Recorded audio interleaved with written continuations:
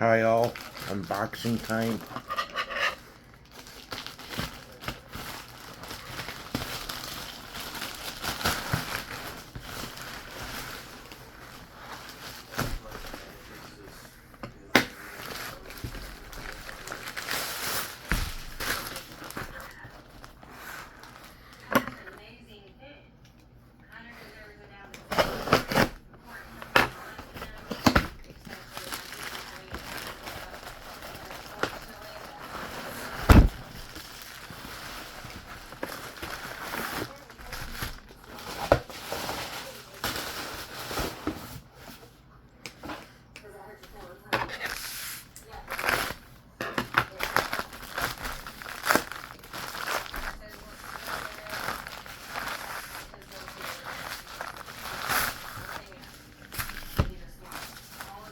Ooh, Dan sent me something. I do not feel like I'm going to be able to help Hunter unless he opens up one of my Ooh, Scarlet Witch, Doctor Strange. is that Hunter will let Bella and the baby down just like his dad. Let's see what this other one is. They are their own selves. All we can do is try to help guide them. So, but that's what do you got? We'll see. Beast. Feral Gaming, never mind. Number 101. It's like really setting in that this is my whole life now, you know? Pretty cool.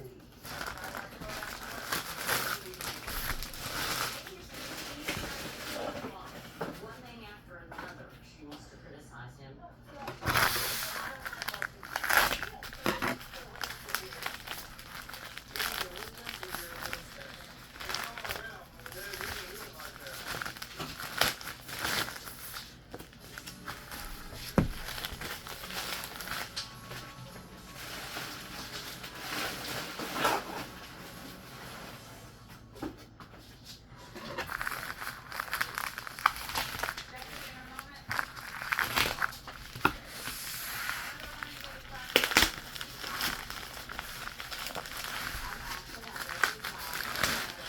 Okay, let's get this stuff stacked over here.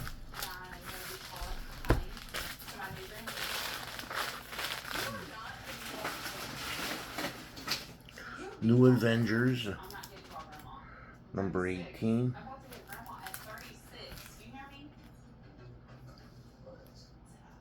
Twig issue 4. But anyways, I love her. She's my pet. Not like that. Peter Parker, the Spectacular Spider-Ham, number 1. You know, Dusty, you couldn't come home till you just started learning how to grill for your woman. I do know how to grill. Okay. Then come on. Come roast with some burgers. Venom 34. When I found out Mia was pregnant, Variant. I was very upset. My goal was for them to not have to rush and grow up, because it's hard. But when I gave the birds and Amazing Spider-Man, condoms, but just the stuff that 61. And that's how it all went down. And then, Web of Spider-Man, number 1. and I'm assuming they never got used. No. What were you doing? Captain America, Again? number 16. What about the third set? Here we are. Spider-Man, number 1. Platinum, sealed. Cult of Icarus, number 1, signed.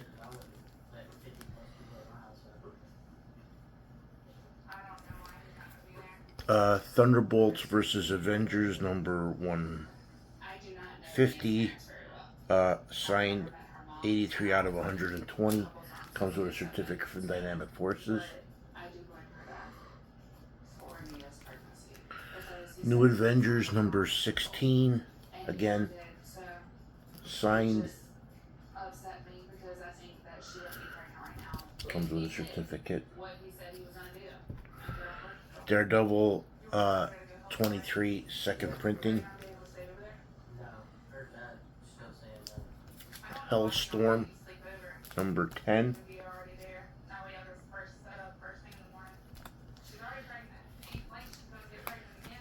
Golden Legacy. It's a history book. The Saga of Harriet Tubman. I am concerned that Keith is not letting Jesse stay over before the baby shower. Iron Man #1 blank variant. Keith not wanting him to stay over after the baby's born. And I think it's very important for Jesse to be there. He helped make this baby and he needs to help take care of her too. Miles Morales Spider-Man Interact with everybody. #20 variant. Anymore because they're gonna expect you to step up and make sure you're doing the right thing. Are you really eating the food and not even done?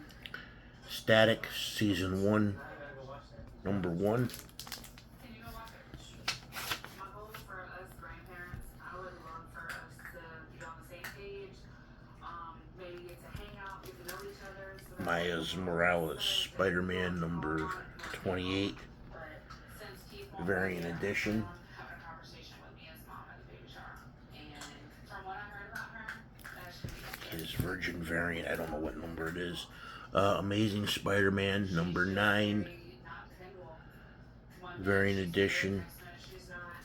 So I just hope she shows up for the girl. I love you.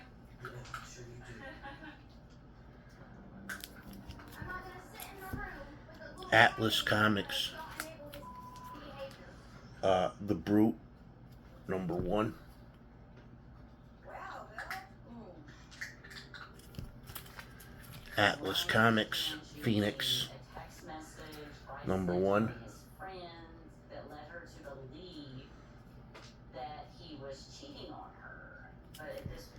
Miles DC Comics Milestone Returns. Really showing anger and aggression towards me. I was shocked. That's like so ugly. Why would you talk to me? Let's see what number this is.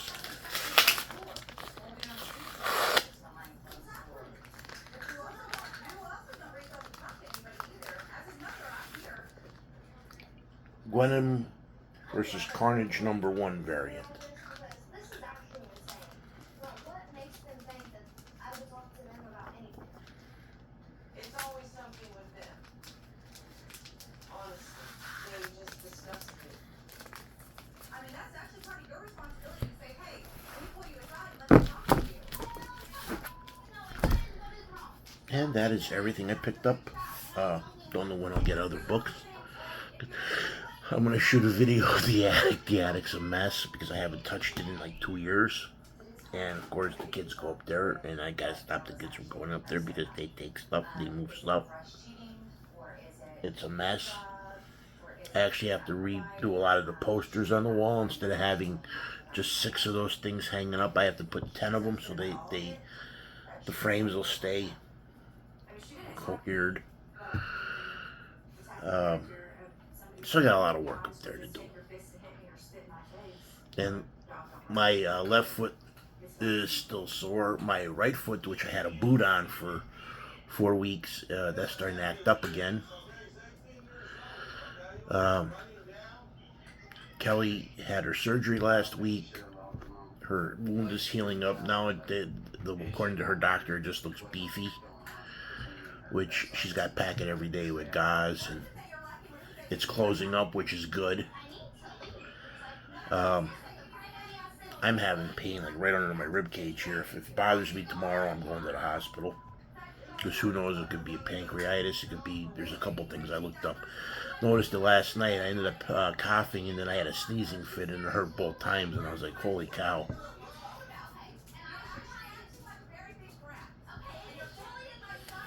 These are cool. I really like how they use this like metallic markers on the stuff.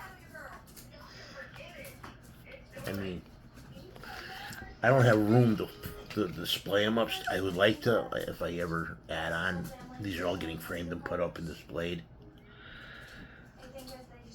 I have so much stuff that I can actually display. It's like ridiculous. We cleaned the one closet out yesterday in the living room. I have a white chest out in the breezeway.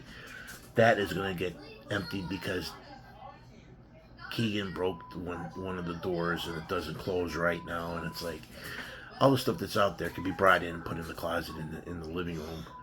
So, except for the purses will have to go through, and what's on top's going to have to get through. But I can lose that, and I'm also going to lose the cat tower from there because I don't want no cats in the house anymore. They did too much damage downstairs with stuff that was hanging on the walls using it as scratching post. I lost a bunch of collectible pennants that were hanging on the wall. I knew I should have plexiglassed everything in, but they probably just start scratching up the plexiglass because they started scratching up the walls. So I'm like, two of the cats, the one cat I don't care about. Well, two of them I don't care about because they're fixed. But the other two that I'm actually told I don't want Peanut in the house, and I don't want my Pumpkin with the one eye.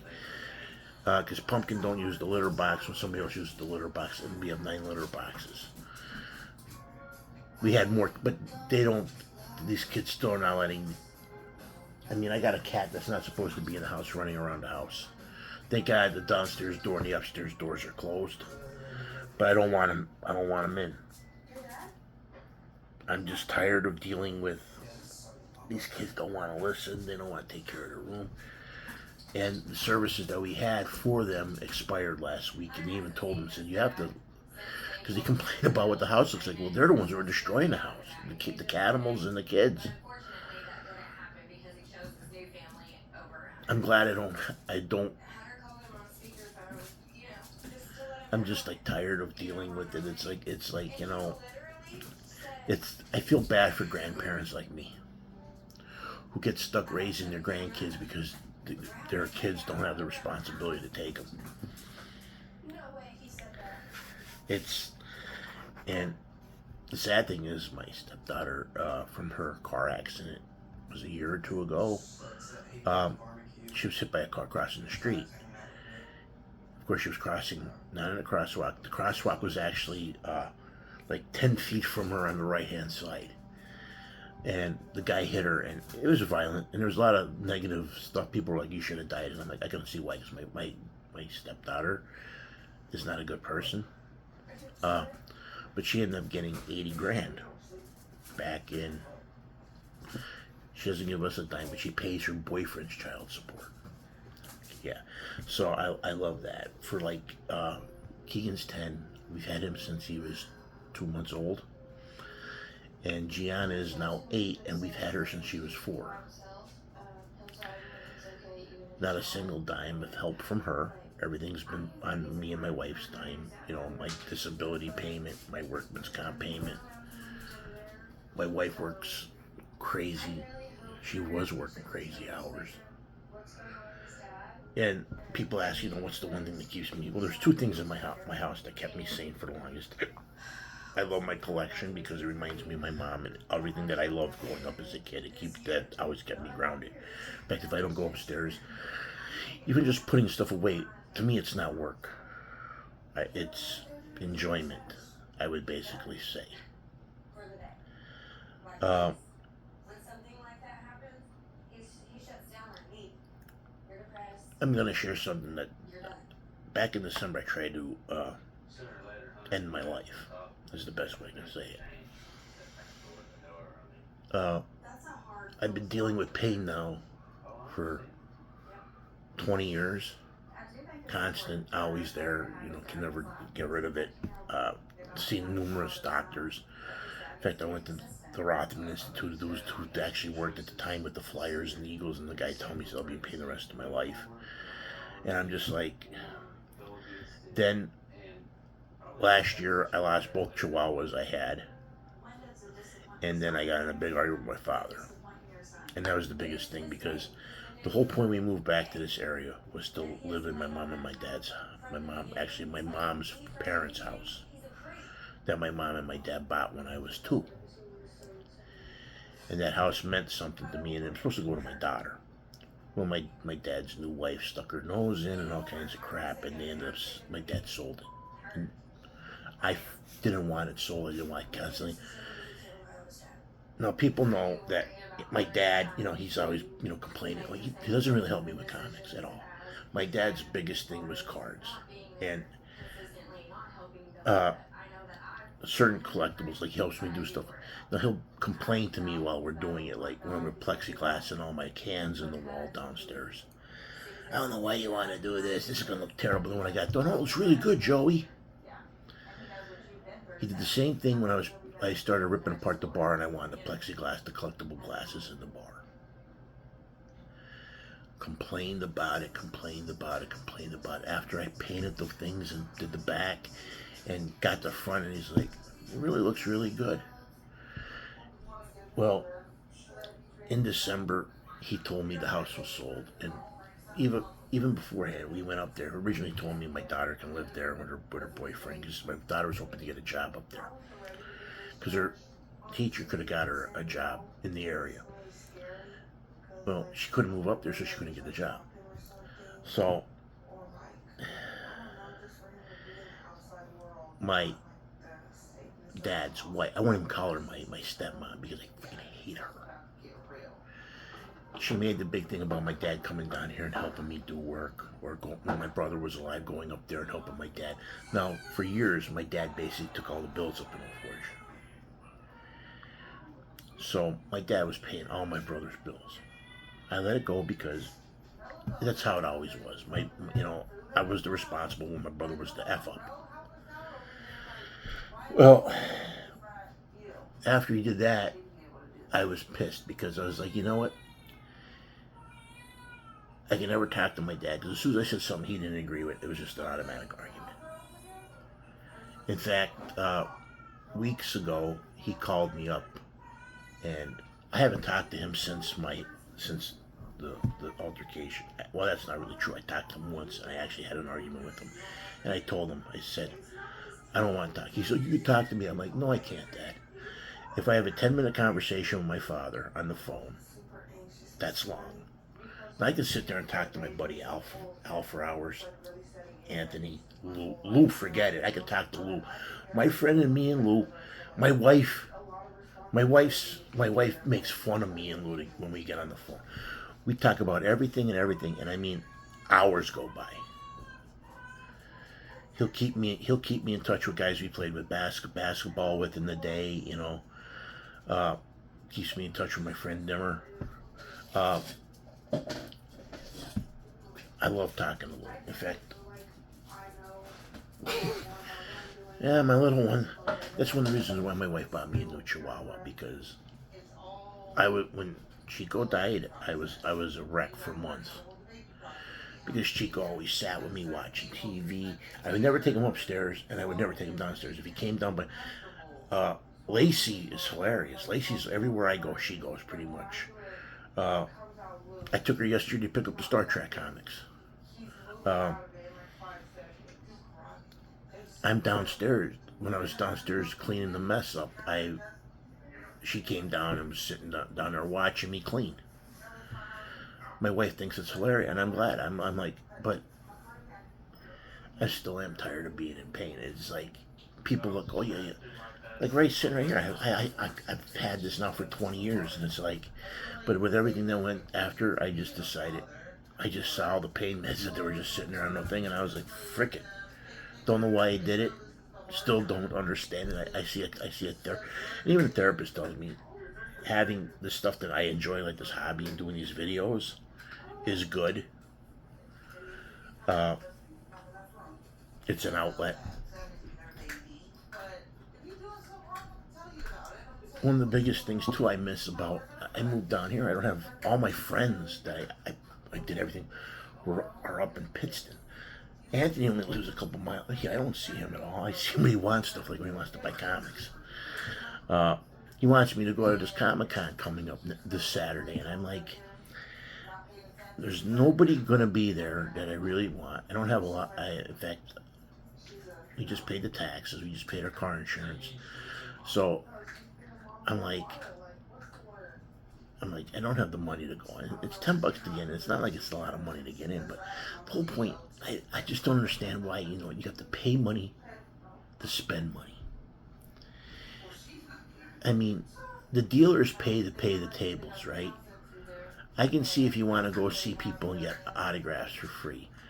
But this whole stuff about paying to get in to spend money is, to me, it's asinine. Like, I quit going to the Bloomsburg Fair for that reason. I'm like, you're paying $35 to get into the fair a person, or is it 30 or whatever the hell it is? They charge you $5 to park. And I go, you're paying to go in, and they have one free stand with the state. They show, they get like a local band to play. That's the only thing that's like free there. Everything else you have to pay for. I'm like, I'm just sorry. When I started this collecting back when I was 16 years old, I should actually say when I started collecting stuff when I was a kid, but I started as a hobby back when I first moved back in 1986 from Germany. And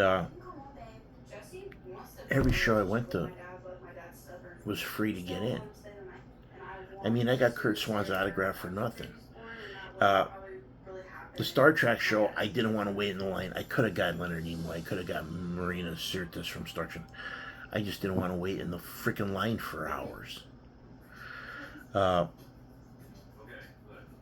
Later on, when my parents especially because my parents would drop me off and come pick me up when they're closed. So I was there the whole day. And my mom didn't go with me at the time, and neither did my dad. So I basically went me. Or if I would go with one of the guys who owned the comic book shop, like Al, I would go help him out. He paid me in for $1 comics. I remember hitting up his box pretty hard the one time. I was with him for like the whole day, an 8-hour day. And he could have told me no. You know, he let me have a whole long box of comic books for my 8-hour work day. And it happened to be we were right next to Kurt Swan and what was his name? Julie Schwartz. We were right next to those two guys. Our table was right next to them, so I got to talk to those two guys for the whole show. In fact, our biggest discussion with them was Louis de Naples' junkyard. How it took up the whole mountain on the one side. They were just amazed at how big of a scrapyard it was. They were like, holy cow. And yeah, it was like, we were like, yeah, you don't want to know how many bodies could probably be buried there.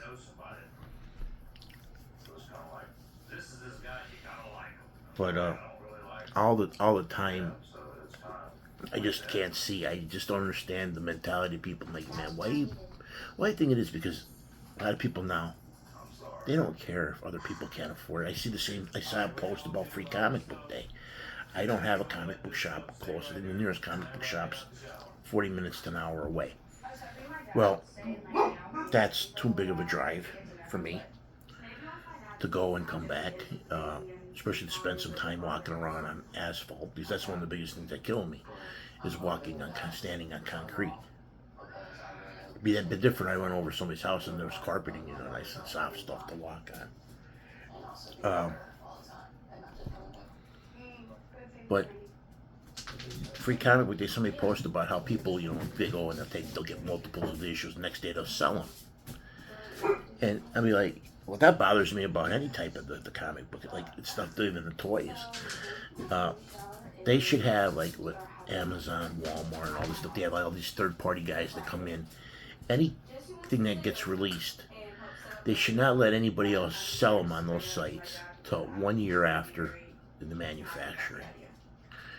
Make it like how it's a store. Let it be on the shelf at the normal price of what you pay for it until a year later. There's just too many people that are just freaking making the shit scarce for when it comes out. Because the sad thing is, none of the stuff really holds its value long term.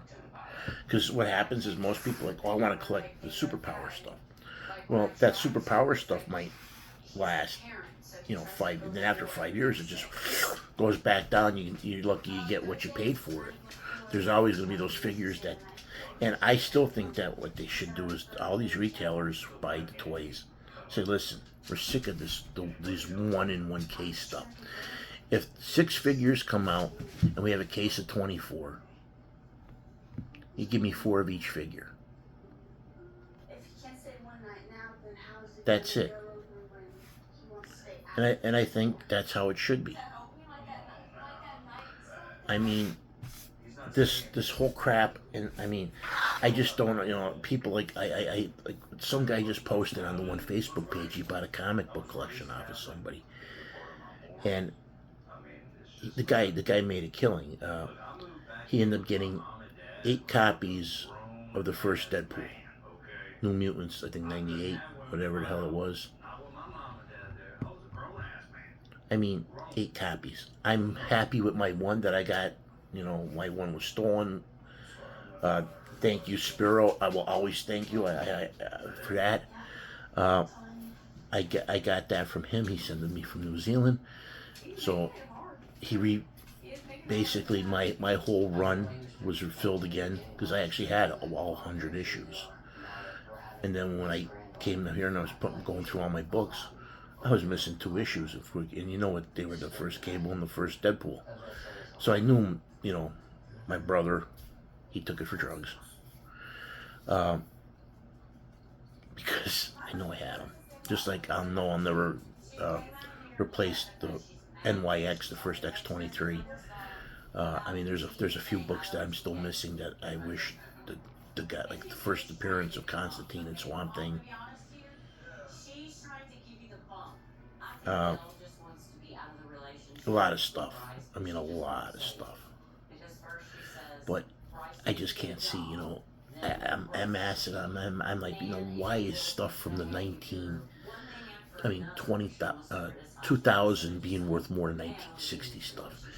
I mean, anything from above 1988, to me, everybody started getting into it. Everything's bagged and boarded. Most of it. I mean, I'd say 99.9% of the stuff you get anymore when you go to a comic book is bagged and boarded. I mean, not like when I used to collect. I mean, you'd be lucky if you got a bag and board. Most comic books just were bagged and loose. You flip through them. Then, comic books were like, well, I think, they'll charge more if we bagged and board them. So they started bagging and boarding them. When I first started going to comic book shops, you had the bagged and some bagged and boarded stuff. So most of it was just all bagged. The quarter and 50-cent stuff was just loose. So, and I used to hit up, because back when I started, there was, oh god, I'm sorry, excuse me. There was Al's Comics in Scranton. There was another thing his name was Main Street Comics. Don, he was a shyster. I told stories about him. There was Time Tunnel Comic Books in West Pittston. And then there was Gemma Books in Wilkes-Barre. And you had Heroes and Legends, who originally had one, and they broke up into 3 parts. And I basically, most of all my stuff was bought between Heroes and Legends and Al's. I every once in a while ran to Cap's Comic Cavalcade down in Allentown. So I got a lot of stuff down there.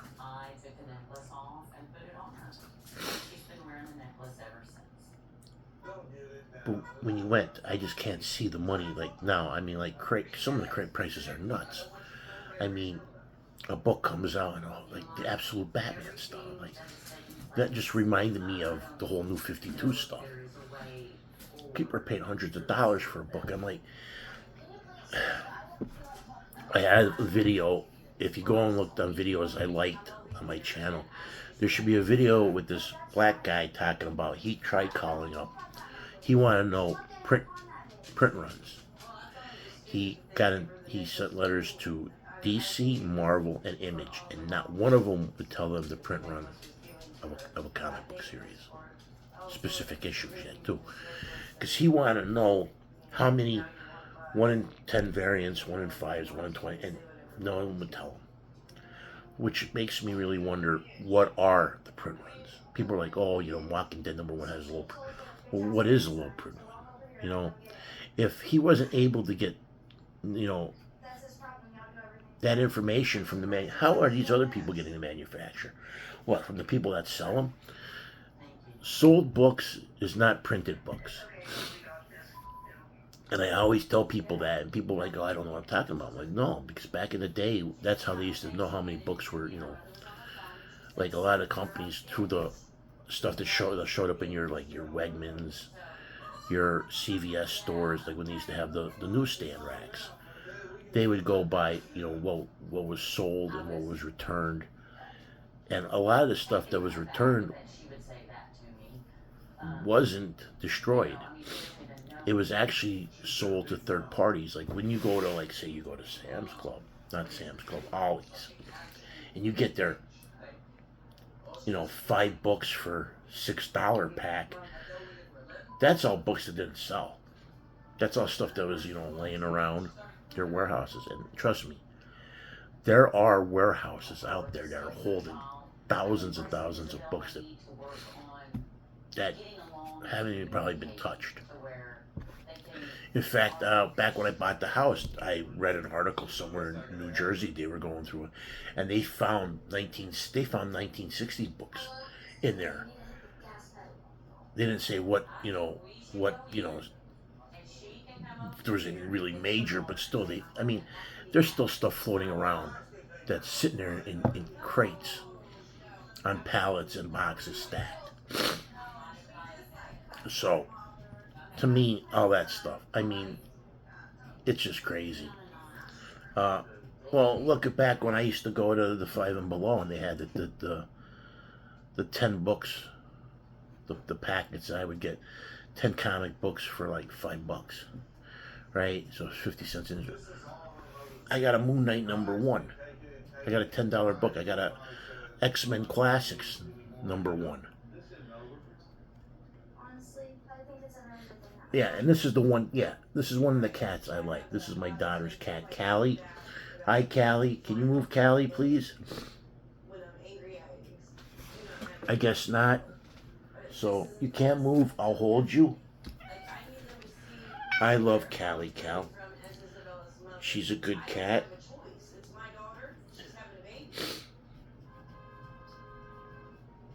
When it comes to me and my family, you're either with us or you're against us.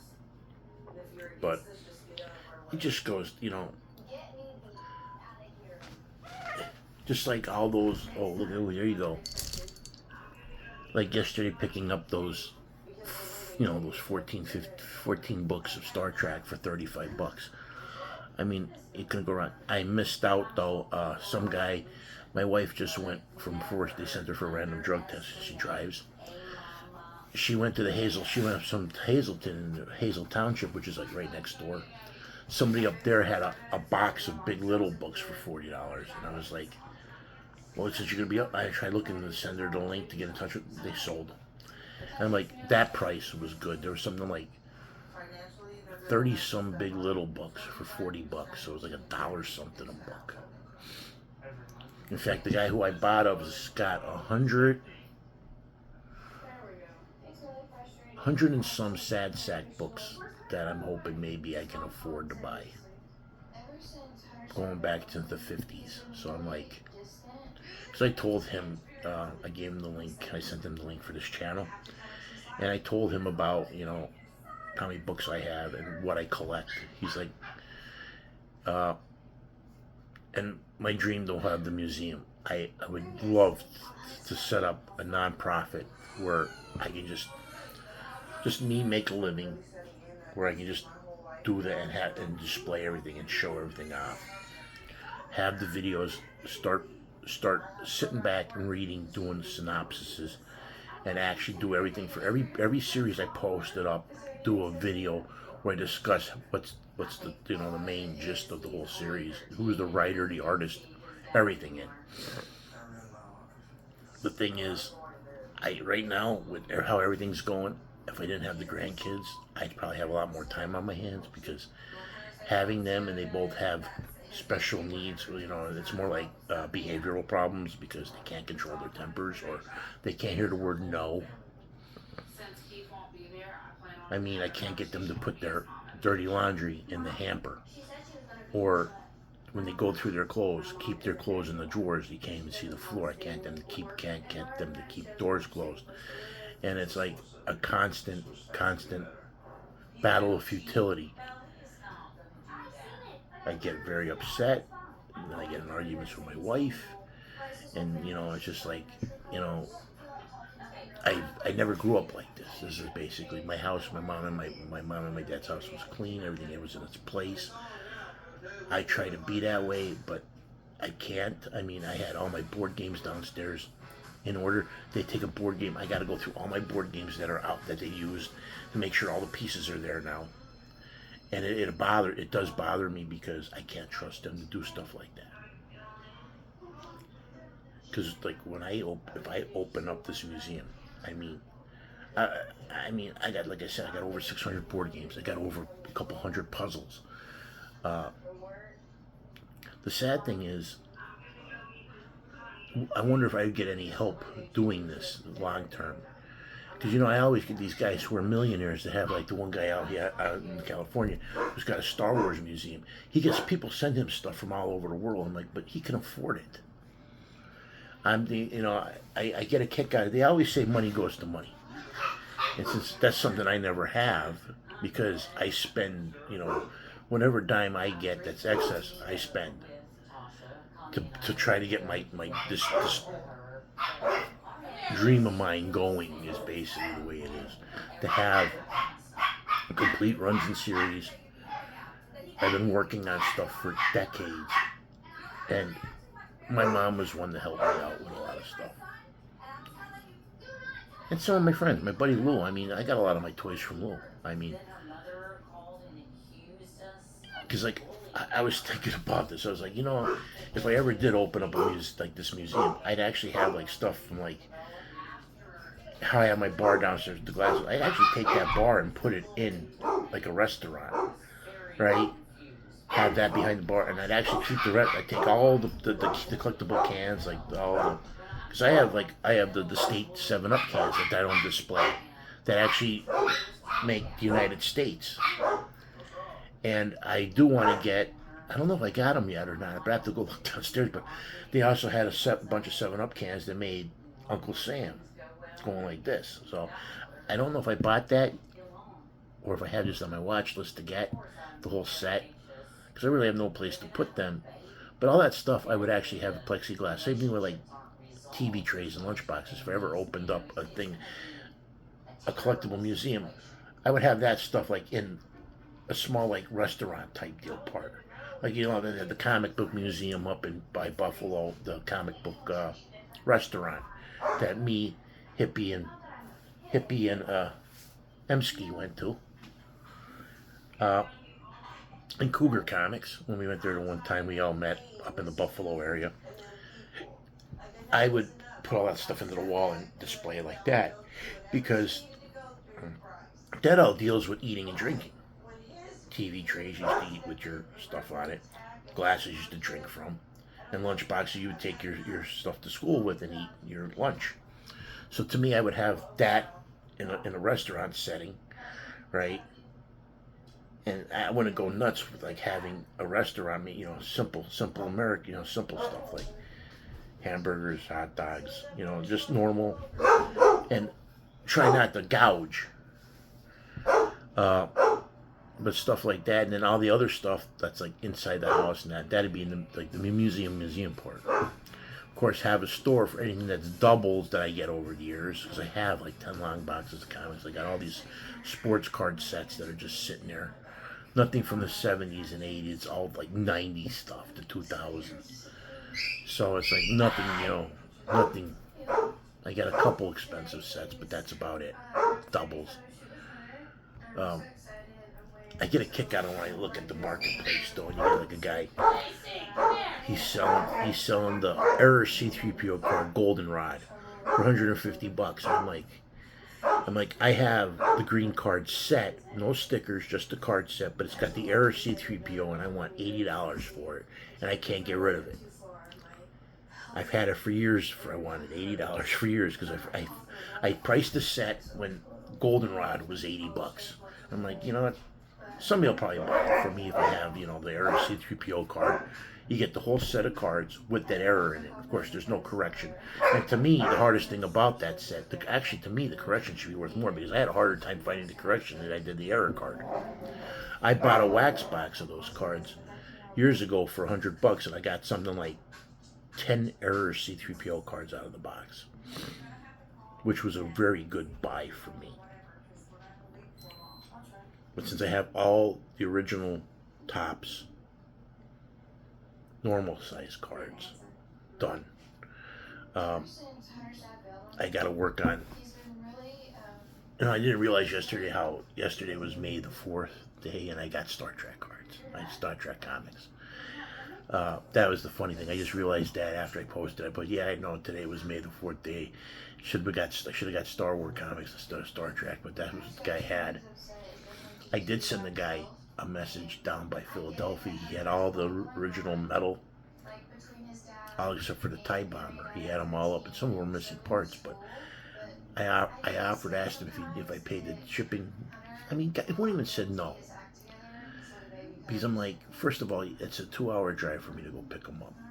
And now the gas is $4 and some cents a gallon. I'm like, that'll be half a tank of gas. That'll be about, I'm looking at,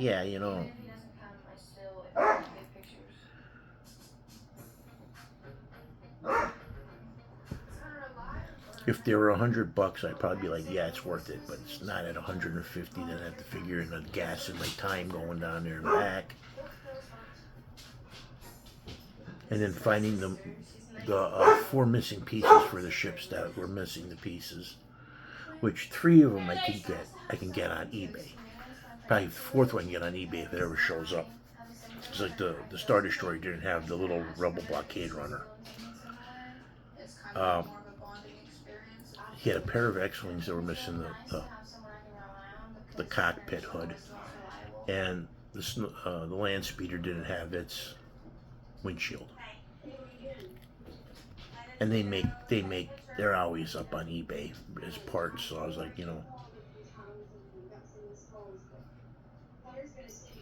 because I had, when I moved back in '86, I had the Darth Vader TIE Fighter that disappeared. In fact, out of the bunch of the Star Wars stuff that disappeared from my moving back, I replaced the micro collection X-Wing and the micro collection TIE Fighter. But I never replaced the Darth Vader TIE Fighter back from the die-cast line.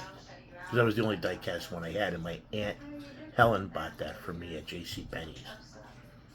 It's fun, see that people think it's hilarious that, and she bought it for me when I was around 7, because my Aunt Annie was still alive, so it had to be when I was around 7 years old. And I'll never forget, it's funny because I can still remember where the toy department was back then. You'd walk in where you pay the bills, you go past the bills, and the toy department was right there. In fact, where they had the die-cast things, this was like right facing, and in the back they had a restaurant. And I remember begging my mom, and then my Aunt Helen goes, "I'll buy it for you, Joey." I'm like, yay! And then to find out later on that a lot of the TIE fighters that were used they used a lot of the old TIE fighters, TIE bombers now, for props in the movie. For Return of the Jedi and The Empire Strikes Back, they used a lot of those little things, the little vehicles that were made by Kenner in the film. So I was like, oh, that's pretty cool. But I have to go enter these in now, go upstairs. I'm actually, probably with this lot, I'm probably going to be maybe 40 books short of 46,000. So, getting close to that number. I would like to hit, I don't think I'll hit the 50,000 any year soon. Never know. I never thought I'd hit 45. Instead, I jumped to 46. I actually went past 45 and almost light speeded since I had that one collection that I bought. I actually think that's what I should do. I think I should just hold on to my money and do it that way, because I'm always seeing collect. But the thing is, I get all these doubles then, and it's like trying to get rid of them, try to trade them away, or get rid of them is going to be a pain in the butt. But if I gotta see what I can do. But that's all for this edition.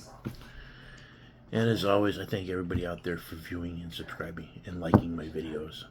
As always, King Joe out.